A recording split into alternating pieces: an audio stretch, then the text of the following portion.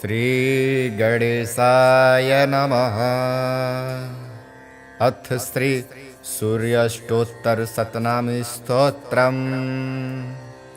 श्री वैशम्पायन उवाच। शृणुष्वावहितो राजन् शुचिर्भूत्वा समाहितः। क्षणं च कुरु राजेन्द्र गुह्यं वक्ष्यामि ते हितम्। धौम्येन तु यथा प्रोक्तं प्रार्थयसु महात्मने। नाम्नामष्टोत्तरं पुण्यं शतं तच्छृणुभूपते। सूर्योर्मा भगस्त्वष्टा पुषार्कः सविता रविः। गभस्ति मानजः कालो मृत्युर्धाता प्रभाकरः। पृथिव्यापश्च तेजश्च खंवायुश्च परायणम्। सोमो बृहस्पतिः शुक्रो बुधोऽङ्गारक एव च। इन्द्रो विवस्वान् दीप्तांशुः शुचिः शौरिः शनैश्चरः। ब्रह्मा विष्णुश्च रुद्रश्च स्कन्धो वैश्रवणो यमः। वैद्युतो जाठरश्चाङ्ग्री रैन्धनस्तेजसां पतिः। धर्मध्वजो वेदकर्ता वेदाङ्गो वेदवाहनः। कृतं त्रेता द्वापरश्च कलिः सर्वामराश्रयः। कलाकाष्ठा मुहूर्ताश्च पच्छामासा ऋतुस्तथा। संवत्सरकरो स्वस्थः कालचक्रो विभावसुः। पुरुषः शाश्वतो योगी व्यक्ताव्यक्तः सनातनः। लोकाध्यक्षः प्रजाध्यक्षो विश्वकर्मा तमोनुदः। कालाध्यक्षः वरुणः सागरो शुश्च जीमुतो जीवनोरिहा। भूताश्रयो भूतपतिः सर्वलोकनमस्कृतः। स्रष्टा संवत्करो वह्निः सर्वस्यादिरलोलुपः। अनन्तः कपिलो भानुः कामदः सर्वतोमुखः। जयो विशालो वरदः सर्वधातुनिषेचिता। सर्वभूतनिषेवितः मनः सुपर्णो भूतादिः शीघ्रगः प्राणधारणः। धन्वन्तरिर्धूमकेतुरादिदेवोदितेः सुतः। द्वादशात्मारविन्दाक्षः पिता माता पितामहः। स्वर्गद्वारं प्रजाद्वारं मोक्षद्वारं त्रिविष्टपम्। देहकर्ता प्रशान्तात्मा विश्वात्मा विश्वतोमुखः। चराचरात्मा सूक्ष्मात्मा मैत्रेण वपुषान्वितः। एतद्वै कीर्तनीयस्य सूर्यस्यैव महात्मनः।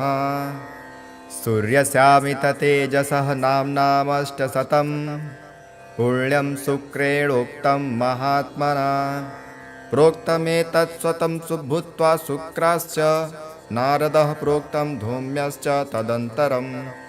धौम्या युधिष्ठिरः प्राप्य सर्वान् कामान् अवाप्नवान्। सुरपितृगणयक्षसेवितं हयसुरनिशाचरसिद्धिवन्दितं। वरकनकहूतासनप्रभं त्वमपि मनस्याभिदेहि भास्करम्।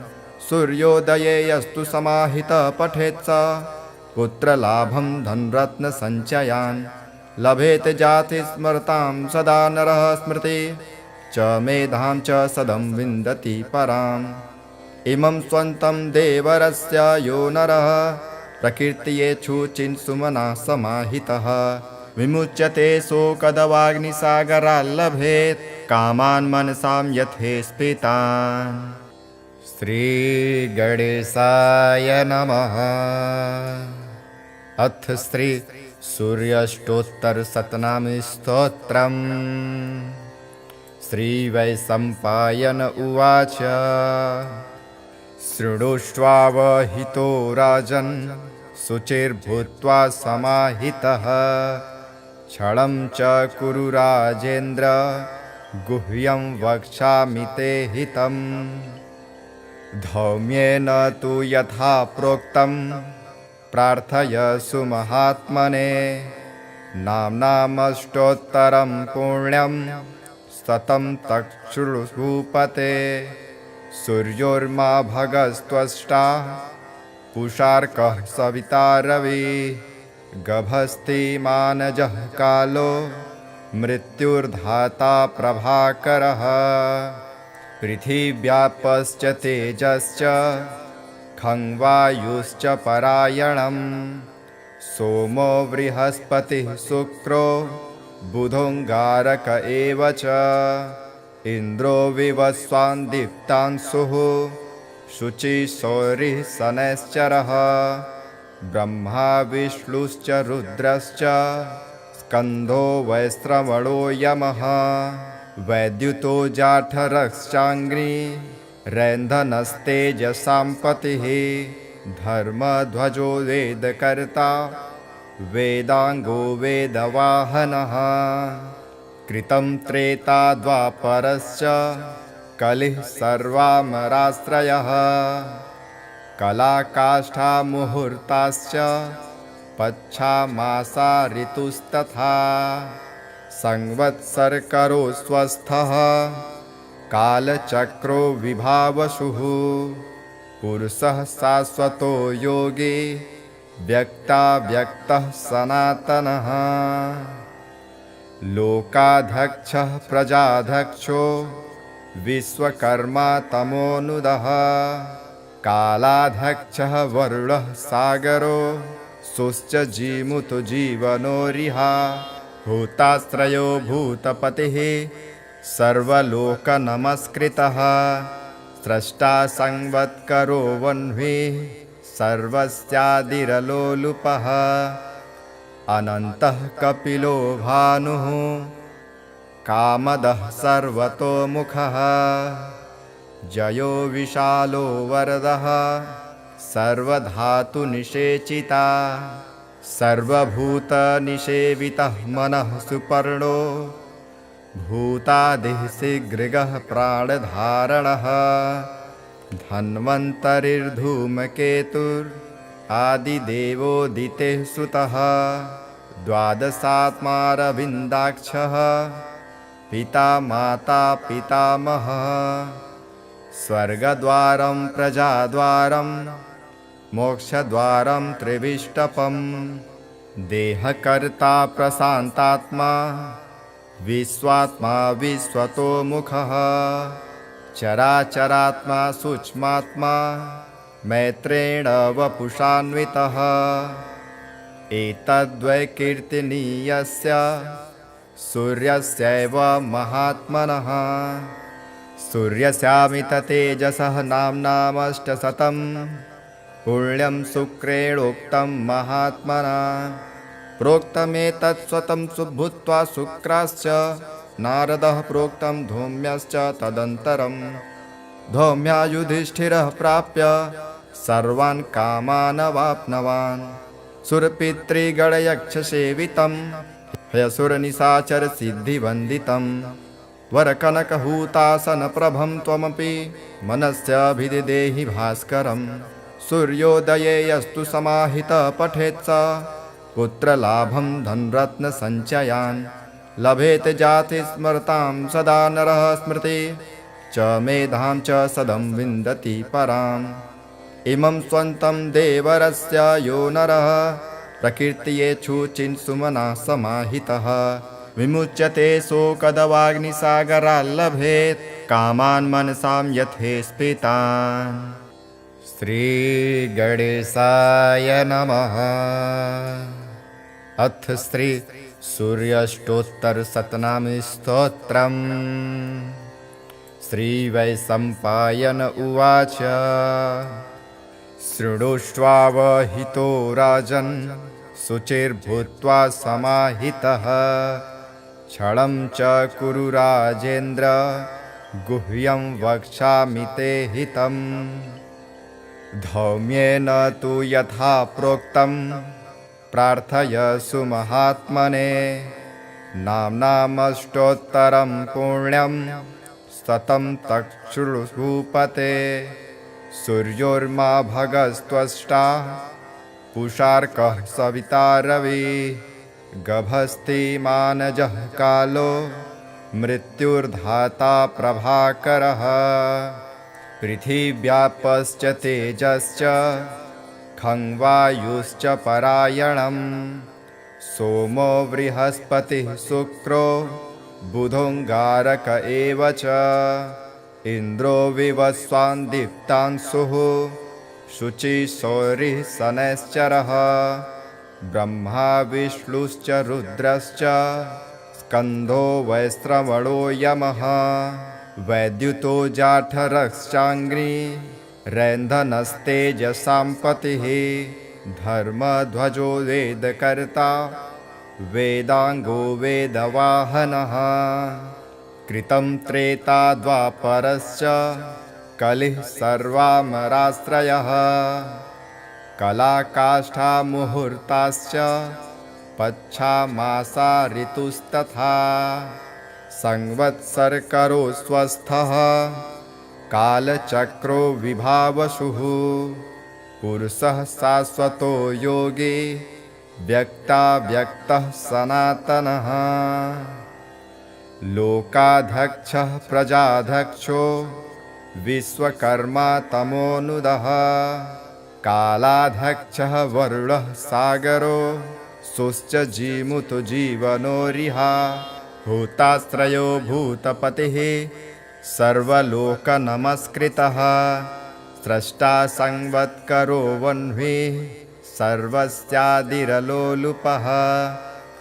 अनन्तः कपिलो भानुः कामदः सर्वतोमुखः जयो विशालो वरदः सर्वधातुनिषेचिता सर्वभूतनिषेवितः मनः सुपर्णो भूतादिः शीघ्रगः प्राणधारणः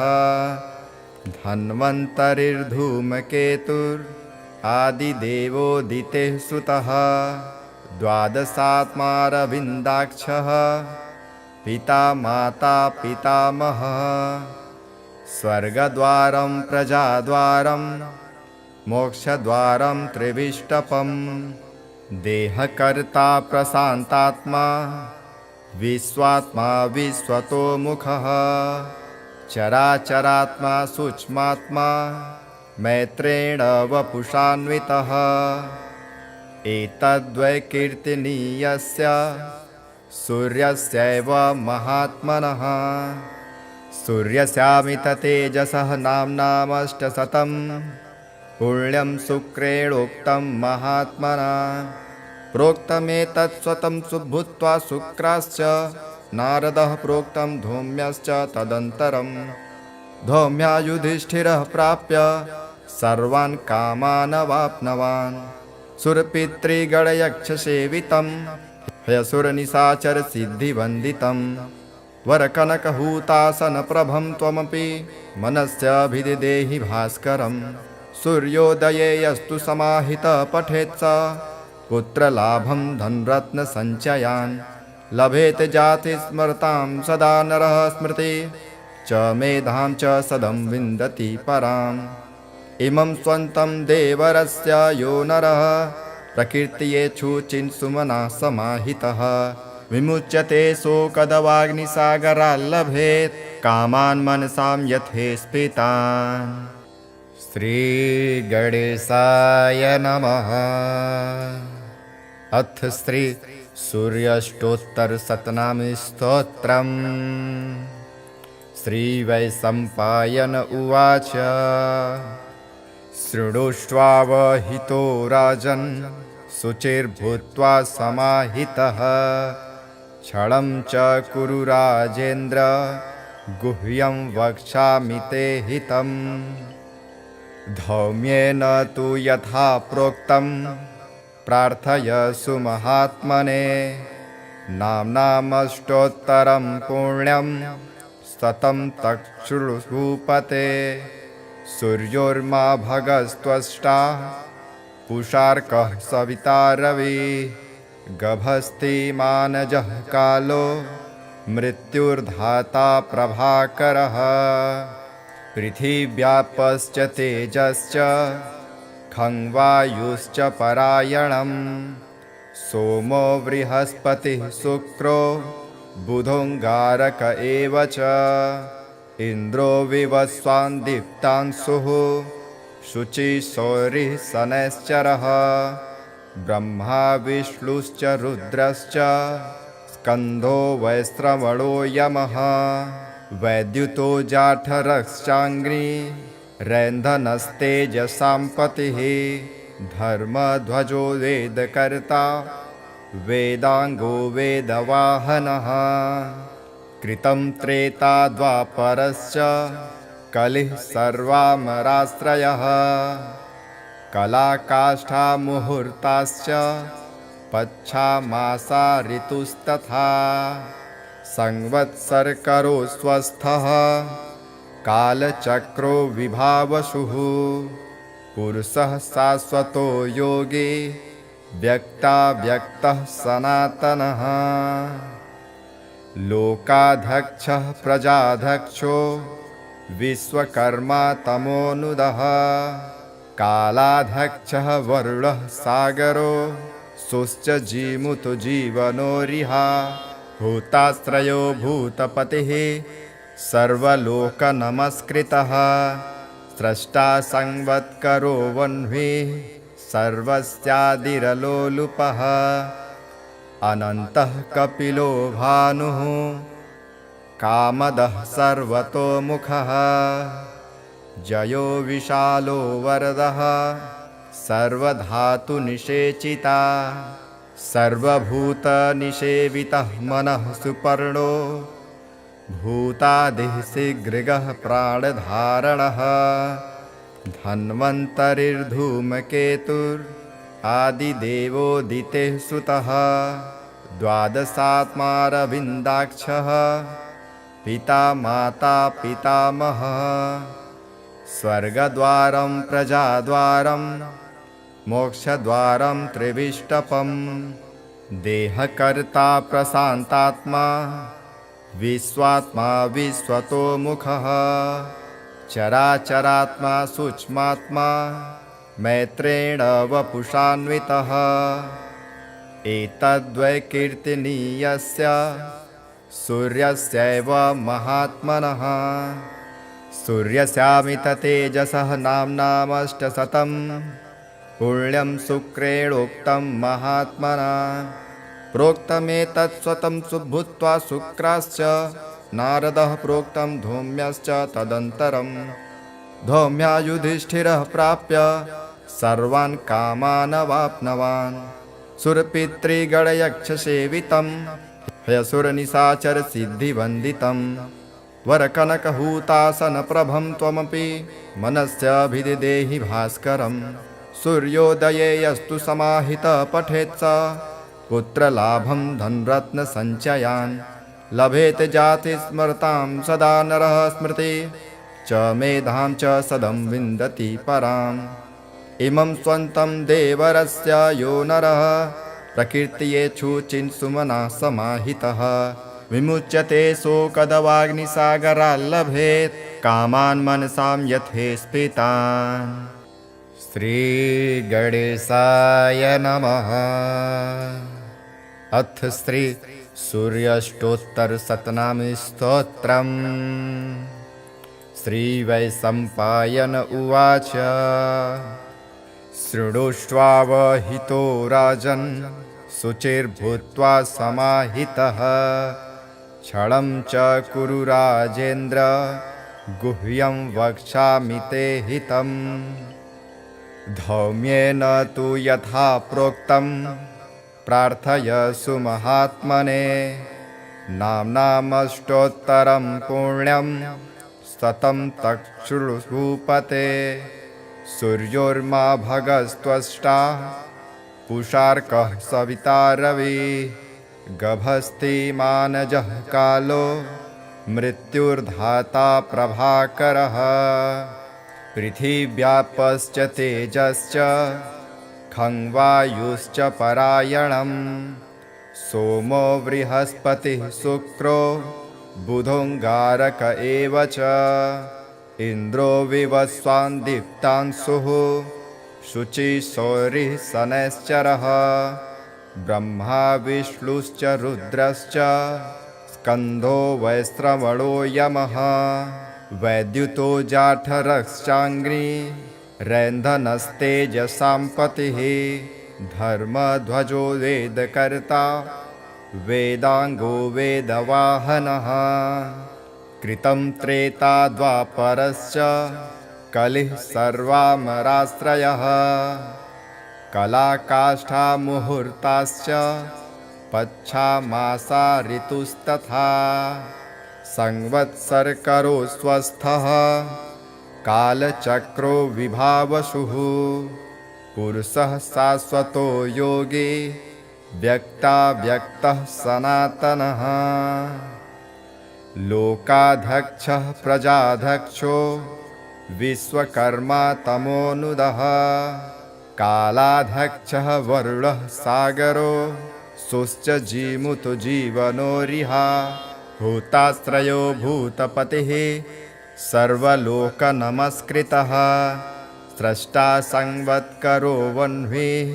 सर्वस्यादिरलोलुपः अनन्तः कपिलो भानुः कामदः सर्वतोमुखः जयो विशालो वरदः सर्वधातुनिषेचिता सर्वभूतनिषेवितः मनः सुपर्णो भूतादिः शीघ्रगः प्राणधारणः धन्वन्तरिर्धूमकेतुर् आदिदेवोदितेः सुतः द्वादशात्मारविन्दाक्षः पिता माता पितामहः स्वर्गद्वारं प्रजाद्वारं मोक्षद्वारं त्रिविष्टपम् देहकर्ता प्रशान्तात्मा विश्वात्मा विश्वतोमुखः चराचरात्मा सूक्ष्मात्मा मैत्रेण वपुषान्वितः एतद्वै कीर्तनीयस्य सूर्यस्यैव महात्मनः सूर्यस्यामित तेजसः नाम्नामष्टशतं पुण्यं शुक्रेणोक्तं महात्मना प्रोक्तमेतत्स्वतं सुभूत्वा शुक्राश्च नारदः प्रोक्तं धौम्यश्च तदन्तरं धौम्या युधिष्ठिरः प्राप्य सर्वान् कामान् अवाप्नवान् सुरपितृगणयक्षसेवितं हयसुरनिशाचरसिद्धिवन्दितं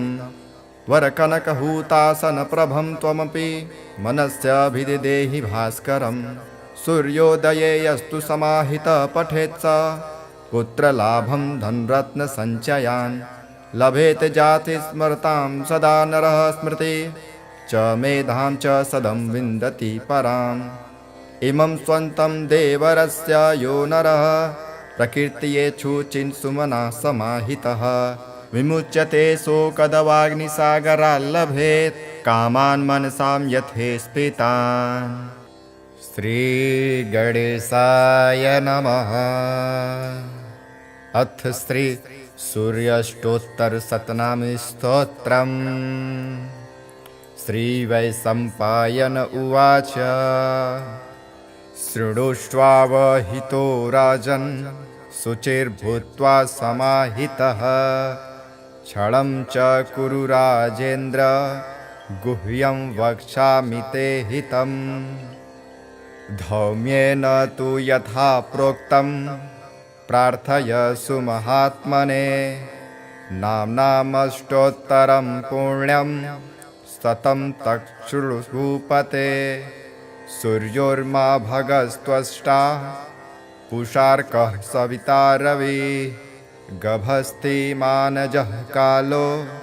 मृत्युर्धाता प्रभाकरः पृथिव्यापश्च तेजश्च खं वायुश्च परायणम् सोमो बृहस्पतिः शुक्रो बुधोऽङ्गारक एव च इन्द्रो विवस्वान् दीप्तांशुः शुचिः सौरिः शनैश्चरः ब्रह्मा विष्णुश्च रुद्रश्च स्कन्धो वैश्रवणो यमः वैद्युतो जाठरश्चाङ्ग्री रैन्धनस्तेजसां पतिः धर्मध्वजो वेदकर्ता वेदाङ्गो वेदवाहनः कृतं त्रेता द्वापरश्च कलिः सर्वामराश्रयः कलाकाष्ठा मुहूर्ताश्च पच्छामासा ऋतुस्तथा संवत्सरकरो स्वस्थः कालचक्रो विभावसुः पुरुषः शाश्वतो योगी व्यक्ताव्यक्तः सनातनः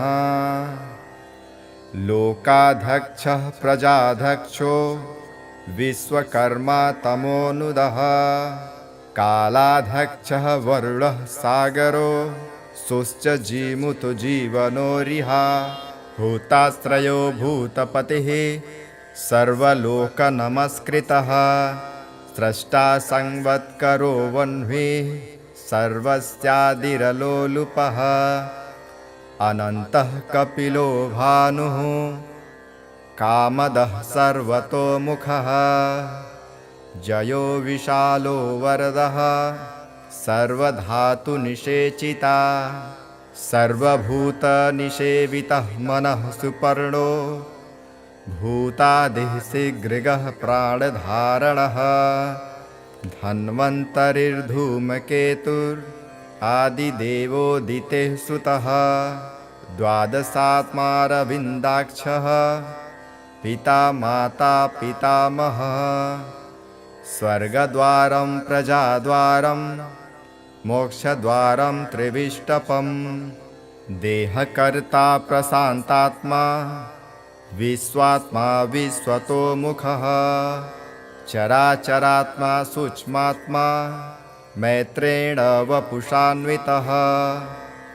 एतद्वै कीर्तनीयस्य सूर्यस्यैव महात्मनः सूर्यस्यामित तेजसः नाम्नामष्टशतं पुण्यं शुक्रेणोक्तं महात्मना प्रोक्तमेतत्स्वतं सुभूत्वा शुक्राश्च नारदः प्रोक्तं धौम्यश्च तदन्तरं धौम्या युधिष्ठिरः प्राप्य सर्वान् कामान् अवाप्नवान् सुरपितृगणयक्षसेवितं हयसुरनिशाचरसिद्धिवन्दितं वरकनकहूतासनप्रभं त्वमपि मनस्याभिदिदेहि भास्करं सूर्योदये यस्तु समाहितः पठेत् स पुत्रलाभं धनरत्नसञ्चयान् लभेत जाति स्मरतां सदा नरः स्मृति च मेधां च सदं विन्दति पराम् इमं स्वन्तं देवरस्य यो नरः प्रकीर्तयेच्छुचिन्सुमना समाहितः विमुच्यते शोकदवाग्निसागराल्लभेत् कामान् मनसां यथेष्पितान् श्रीगणेशाय नमः। अथ श्री सूर्याष्टोत्तरशतनामस्तोत्रम् श्रीवैशम्पायन उवाच शृणुष्वावहितो राजन् शुचिर्भूत्वा समाहितः क्षणं च कुरु राजेन्द्र गुह्यं वक्ष्यामि ते हितम् धौम्येन तु यथा प्रोक्तं प्रार्थयसु महात्मने नाम्नामष्टोत्तरं पुण्यं शतं तच्छृणुभूपते सूर्योर्मा भगस्त्वष्टा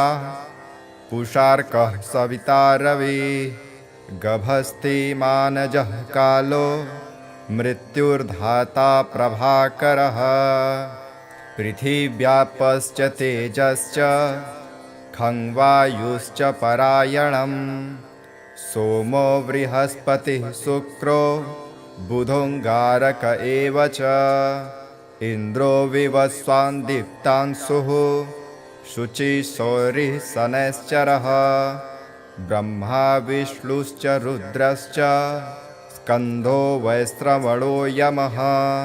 वैद्युतो जाठरश्चाङ्ग्री रैन्धनस्तेजसां पतिः धर्मध्वजो वेदकर्ता वेदाङ्गो वेदवाहनः कृतं त्रेता द्वापरश्च कलिः सर्वामराश्रयः कलाकाष्ठा मुहूर्ताश्च पच्छामासा ऋतुस्तथा संवत्सरकरो स्वस्थः कालचक्रो विभावसुः पुरुषः शाश्वतो योगी व्यक्ताव्यक्तः सनातनः लोकाध्यक्षः प्रजाध्यक्षो विश्वकर्मा तमोनुदः कालाध्यक्षः वरुणः सागरो सुश्च जीमुतो जीवनोरिहा भूताश्रयो भूतपतिः सर्वलोकनमस्कृतः स्रष्टा संवत्करो वह्निः सर्वस्यादिरलोलुपः अनन्तः कपिलो भानुः कामदः सर्वतोमुखः जयो विशालो वरदः सर्वधातुनिषेचिता सर्वभूतनिषेवितः मनः सुपर्णो भूतादिः शीघ्रगः प्राणधारणः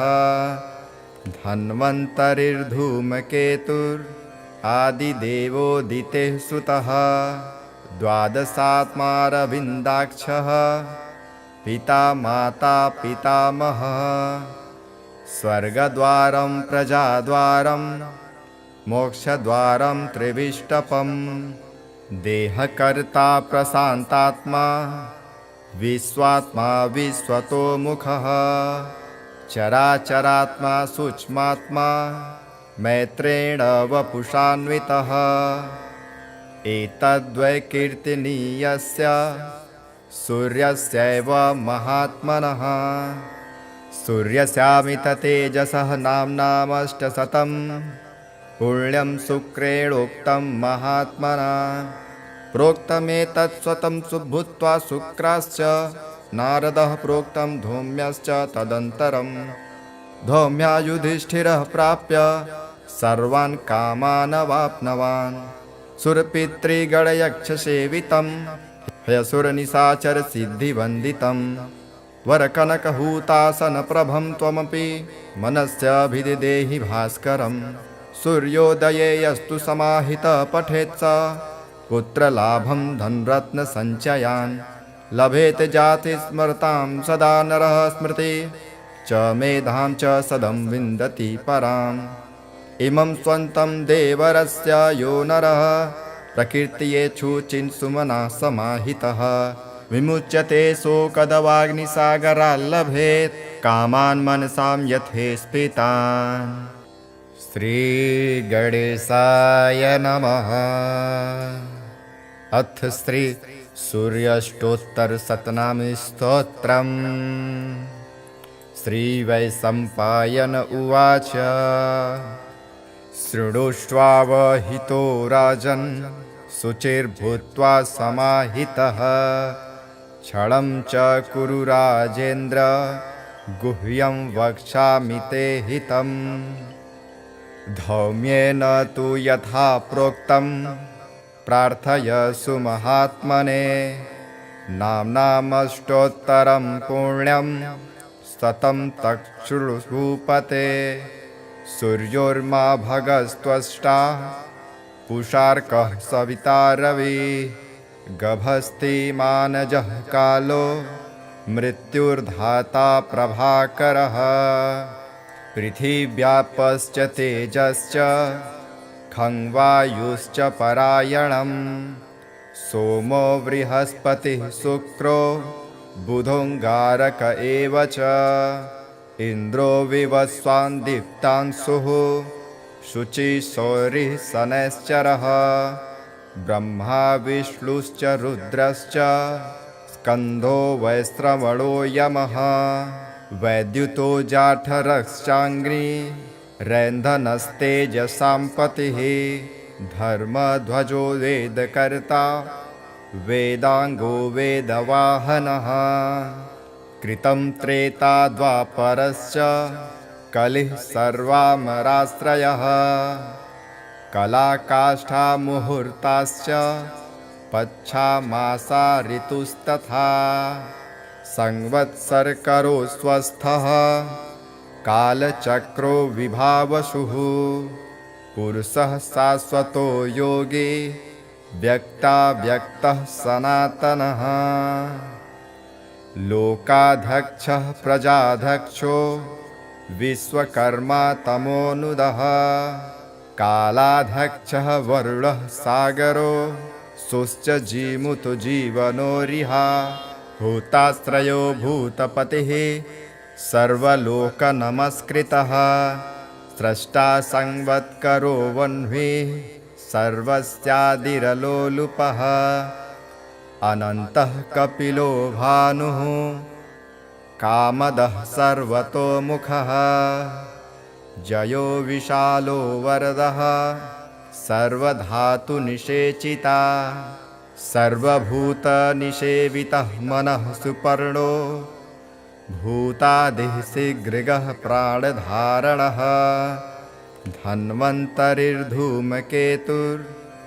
धन्वन्तरिर्धूमकेतुरादिदेवोदितेः सुतः द्वादशात्मारविन्दाक्षः पिता माता पितामहः स्वर्गद्वारं प्रजाद्वारं मोक्षद्वारं त्रिविष्टपं देहकर्ता प्रशान्तात्मा विश्वात्मा विश्वतोमुखः चराचरात्मा सूक्ष्मात्मा मैत्रेण वपुषान्वितः एतद्वै कीर्तनीयस्य सूर्यस्यैव महात्मनः सूर्यस्यामित तेजसः नाम्नामष्टशतं पुण्यं शुक्रेणोक्तं महात्मना प्रोक्तमेतत् स्वतं सुभूत्वा शुक्राश्च नारदः प्रोक्तं धौम्यश्च तदन्तरं धौम्या युधिष्ठिरः प्राप्य सर्वान् कामान् अवाप्नवान् सुरपितृगणयक्षसेवितं हयसुरनिशाचरसिद्धिवन्दितं वरकनकहूतासनप्रभं त्वमपि मनस्याभिदिदेहि भास्करं सूर्योदये यस्तु समाहितः पठेत् स पुत्रलाभं धनरत्नसञ्चयान्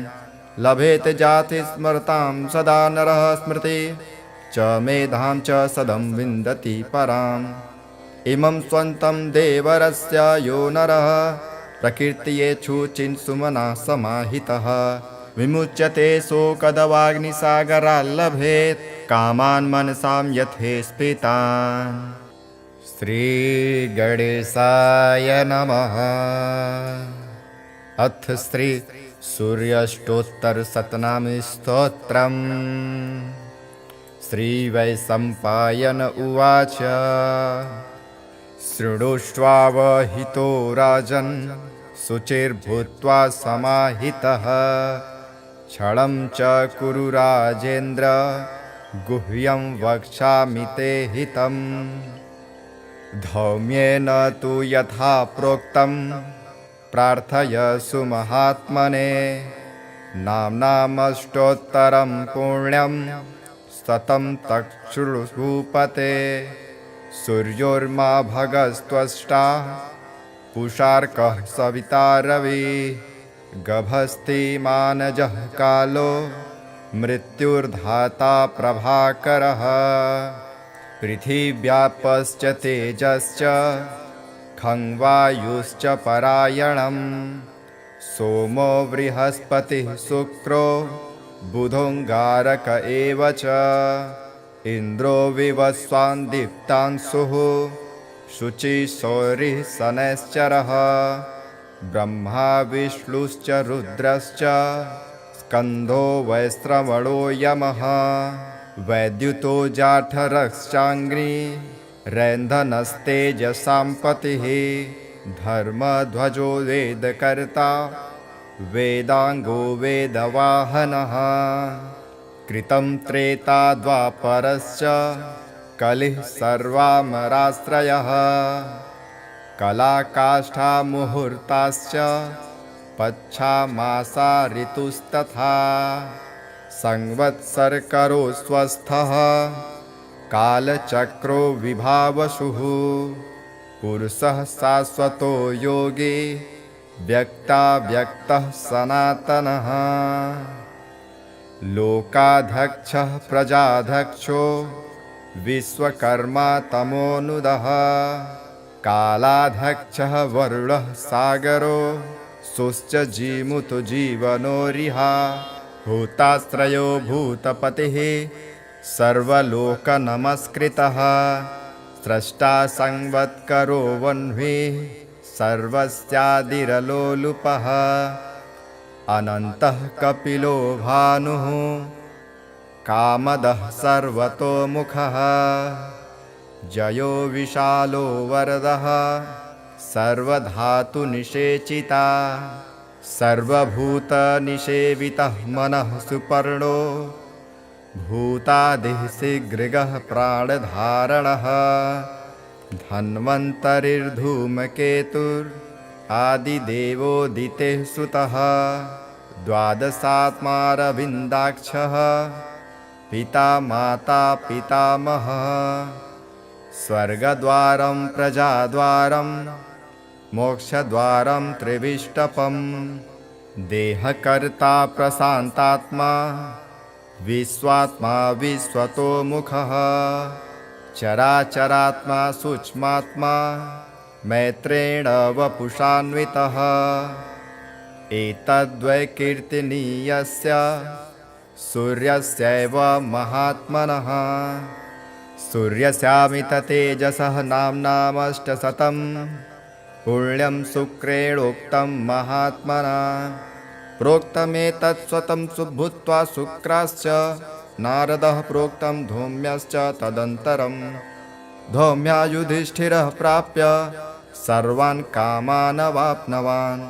सुरपितृगणयक्षसेवितं हयसुरनिशाचरसिद्धिवन्दितं वरकनकहूतासनप्रभं त्वमपि मनस्याभिदिदेहि भास्करं सूर्योदये यस्तु समाहितः पठेत् स पुत्रलाभं धनरत्नसञ्चयान् लभेत जाति स्मरतां सदा नरः स्मृति च मेधां च सदं विन्दति पराम् इमं स्वन्तं देवरस्य यो नरः प्रकीर्तयेच्छुचिन्सुमना समाहितः विमुच्यते शोकदवाग्निसागराल्लभेत् कामान् मनसां यथेष्पितान् श्रीगणेशाय नमः। अथ श्री सूर्याष्टोत्तरशतनामस्तोत्रम् श्रीवैशम्पायन उवाच शृणुष्वावहितो राजन् शुचिर्भूत्वा समाहितः क्षणं च कुरु राजेन्द्र गुह्यं वक्ष्यामि ते हितम् धौम्येन तु यथा प्रोक्तं प्रार्थयसु महात्मने नाम्नामष्टोत्तरं पुण्यं शतं तच्छृणुभूपते सूर्योर्मा भगस्त्वष्टा पुषार्कः सविता रविः गभस्ति मानजः कालो मृत्युर्धाता प्रभाकरः पृथिव्यापश्च तेजश्च खङ्वायुश्च परायणं सोमो बृहस्पतिः शुक्रो बुधोऽङ्गारक एव च इन्द्रो विवस्वान् दीप्तांशुः शुचिशौरिः शनैश्चरः ब्रह्मा विष्णुश्च रुद्रश्च स्कन्धो वैश्रवणो यमः वैद्युतो जाठरश्चाङ्ग्री रैन्धनस्तेजसां पतिः धर्मध्वजो वेदकर्ता वेदाङ्गो वेदवाहनः कृतं त्रेता द्वापरश्च कलिः सर्वामराश्रयः कलाकाष्ठा मुहूर्ताश्च पच्छामासा ऋतुस्तथा संवत्सरकरो स्वस्थः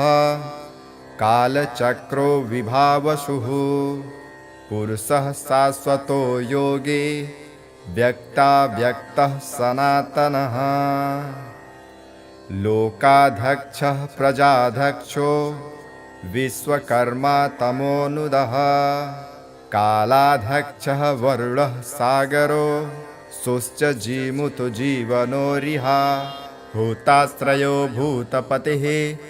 सर्वलोकनमस्कृतः स्रष्टा संवत्करो वह्निः सर्वस्यादिरलोलुपः अनन्तः कपिलो भानुः कामदः सर्वतोमुखः जयो विशालो वरदः सर्वधातुनिषेचिता सर्वभूतनिषेवितः मनः सुपर्णो भूतादिः शीघ्रगः प्राणधारणः धन्वन्तरिर्धूमकेतुरादिदेवोदितेः सुतः द्वादशात्मारविन्दाक्षः पिता माता पितामहः स्वर्गद्वारं प्रजाद्वारं मोक्षद्वारं त्रिविष्टपं देहकर्ता प्रशान्तात्मा विश्वात्मा विश्वतोमुखः चराचरात्मा सूक्ष्मात्मा मैत्रेण वपुषान्वितः एतद्वै कीर्तनीयस्य सूर्यस्यैव महात्मनः सूर्यस्यामित तेजसः नाम्नामष्टशतं पुण्यं शुक्रेणोक्तं महात्मना प्रोक्तमेतत् स्वतं सुभूत्वा शुक्राश्च नारदः प्रोक्तं धौम्यश्च तदन्तरं धौम्या युधिष्ठिरः प्राप्य सर्वान् कामान् अवाप्नवान् सुरपितृगणयक्षसेवितं हयसुरनिशाचरसिद्धिवन्दितं वरकनकहूतासनप्रभं त्वमपि मनस्याभिदिदेहि भास्करं सूर्योदये यस्तु समाहितः पठेत् स पुत्रलाभं धनरत्नसञ्चयान् लभेत जाति स्मरतां सदा नरः स्मृति च मेधां च सदं विन्दति पराम् इमं स्वन्तं देवरस्य यो नरः प्रकीर्तयेच्छुचिन्सुमना समाहितः विमुच्यते शोकदवाग्निसागराल्लभेत् कामान् मनसां यथेष्पितान् श्रीगणेशाय नमः। अथ श्री सूर्याष्टोत्तरशतनामस्तोत्रम् श्रीवैशम्पायन उवाच शृणुष्वावहितो राजन् शुचिर्भूत्वा समाहितः क्षणं च कुरु राजेन्द्र गुह्यं वक्ष्यामि ते हितम् धौम्येन तु यथा प्रोक्तं प्रार्थयसु महात्मने नाम्नामष्टोत्तरं पुण्यं शतं तच्छृणुभूपते सूर्योर्मा भगस्त्वष्टा पुषार्कः सविता रवि गभस्ति मानजः कालो मृत्युर्धाता प्रभाकरः पृथिव्यापश्च तेजश्च खङ्वायुश्च परायणं सोमो बृहस्पतिः शुक्रो बुधोऽङ्गारक एव च इन्द्रो विवस्वान् दीप्तांशुः शुचिशौरिः शनैश्चरः ब्रह्मा विष्णुश्च रुद्रश्च स्कन्धो वैश्रवणो यमः वैद्युतो जाठरश्चाङ्ग्री रैन्धनस्तेजसां पतिः धर्मध्वजो वेदकर्ता वेदाङ्गो वेदवाहनः कृतं त्रेता द्वापरश्च कलिः सर्वामराश्रयः कलाकाष्ठा मुहूर्ताश्च पच्छामासा ऋतुस्तथा संवत्सरकरो स्वस्थः कालचक्रो विभावसुः पुरुषः शाश्वतो योगी व्यक्ताव्यक्तः सनातनः। लोकाध्यक्षः प्रजाध्यक्षो विश्वकर्मा तमोनुदः कालाध्यक्षः वरुणः सागरो सुश्च जीमुतो जीवनोरिहा भूताश्रयो भूतपतिः सर्वलोकनमस्कृतः स्रष्टा संवत्करो वह्निः सर्वस्यादिरलोलुपः अनन्तः कपिलो भानुः कामदः सर्वतोमुखः जयो विशालो वरदः सर्वधातुनिषेचिता सर्वभूतनिषेवितः मनः सुपर्णो भूतादिः शीघ्रगः प्राणधारणः धन्वन्तरिर्धूमकेतुरादिदेवोदितेः सुतः द्वादशात्मारविन्दाक्षः पिता माता पितामहः स्वर्गद्वारं प्रजाद्वारं मोक्षद्वारं त्रिविष्टपं देहकर्ता प्रशान्तात्मा विश्वात्मा विश्वतोमुखः चराचरात्मा सूक्ष्मात्मा मैत्रेण वपुषान्वितः एतद्वै कीर्तनीयस्य सूर्यस्यैव महात्मनः सूर्यस्यामित तेजसः नाम्नामष्टशतं पुण्यं शुक्रेणोक्तं महात्मना प्रोक्तमेतत् स्वतं सुभूत्वा शुक्राश्च नारदः प्रोक्तं धौम्यश्च तदन्तरं धौम्या युधिष्ठिरः प्राप्य सर्वान् कामान् अवाप्नवान् सुरपितृगणयक्षसेवितं हयसुरनिशाचरसिद्धिवन्दितं वरकनकहूतासनप्रभं त्वमपि मनस्याभिदिदेहि भास्करं सूर्योदये यस्तु समाहितः पठेत् स पुत्रलाभं धनरत्नसञ्चयान् लभेत जाति स्मरतां सदा नरः स्मृति च मेधां च सदं विन्दति पराम् इमं स्वन्तं देवरस्य यो नरः प्रकीर्तयेच्छुचिन्सुमना समाहितः विमुच्यते शोकदवाग्निसागराल् लभेत् कामान् मनसां यथेष्पितान्। इति श्री महाभारते युधिष्ठिरधौम्यसंवादे आरण्यकपर्वति श्रीसूर्याष्टोत्तरशतनामस्तोत्रं सम्पूर्णम्।